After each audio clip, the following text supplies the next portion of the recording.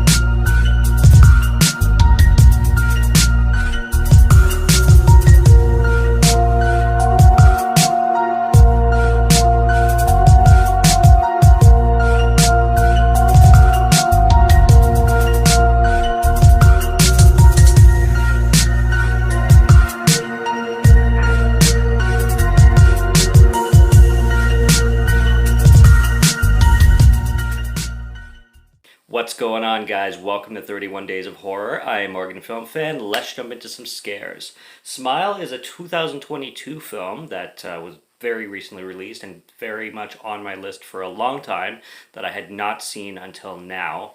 It is a film that I tried to watch sometime in January and February, and I put it on and started it and realized that I really wasn't in the headspace to be watching something this disturbing and creepy. Especially on the disturbing scale and the upsetting scale. This is not a film that you want to put on if you're going through a panic attack or any kind of anxiety, because this film really utilizes that style in a very effective way. So I shut it off back then, and I was like, this is going to make a perfect film for 31 Days of Horror. So I waited until now. And basically what we have going on here is we have this woman who's basically, she works at a psychiatric hospital kind of thing.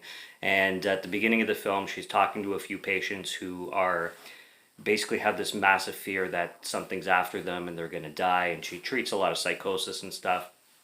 And this woman comes in, and she's a very great actress, and she's very convincing. Like, you watch the performances of everybody in this film, and they're very believable in their fear, and that's what makes it really terrifying.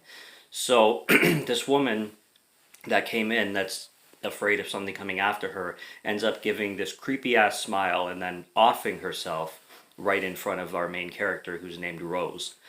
And Rose, after that, goes home and just has, anxiety herself. She's very on edge. For the next few days, her boss gives her some time off work, and eventually she slowly starts seeing kind of visions herself and seeing people in the background that are smiling and that nobody else can see.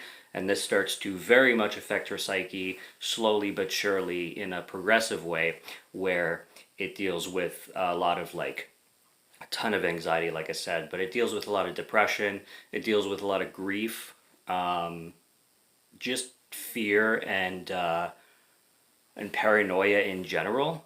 And it, like I said, does an extremely well job with that concept.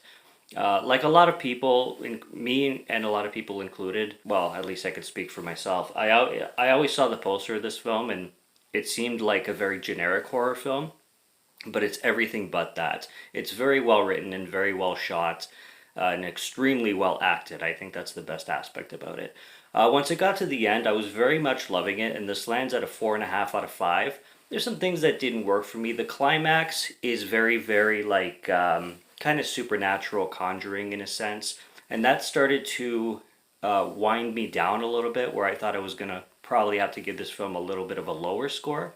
But then it turned around again, and it was one of those where, ooh, I really like this, and then, no, I'm not liking this so much, but then it picks up, and it's like, ooh, I really like it again. So it ended in a very satisfying way for me, and it was very effective. I liked it. But like I said, if you've ever dealt with anxiety, the way the film is written and the way the characters behave, like, it's a very good display of what fear can be like, and what worry can be like, and what being inside your head can feel like, especially somebody who's had to learn a lot of, like, CBT and, like, mental exercises kind of thing. When I was younger and didn't really know what a panic attack was, it was like 50 times scarier, because, you know, the whole idea of it is you feel like you're going to lose your mind, and anybody who's ever experienced feeling like they're going to lose it or feel like they're going to lose control in any kind of way could be a terrifying experience. And this film captures that idea and plays it with it and puts it into a really, really compelling story. So I think this film will please a lot of audiences, but it's definitely really disturbing and creepy and scary, and for very strong mental and emotional ways. And like I said, the performances from everybody emphasize all those themes even more. So I loved it. 4.5 out of 5 for me. That's day 20. This is also another film that would definitely merit a bigger deep dive, just like the film Trauma that I did the other day, except Trauma was not very good. That deserves a deep dive for a whole different reason. This one deserves a deep dive because there's so much complex things to it that 10 minutes just won't do. So maybe we'll see another review in the future. We'll just have to find out. This is actually the most modern film I've reviewed this whole month, I'm pretty sure. So if I'm not mistaken, I think it is. But really good time with it. Subscribe to Morgan Film Fan if you'd like to listen to my voice, or if you like my film reviews. I'll be back with more soon, so stay tuned for those. Check out what's on the channel already. Stay tuned for what's coming. Until next review, have a good one, take care, and cheers.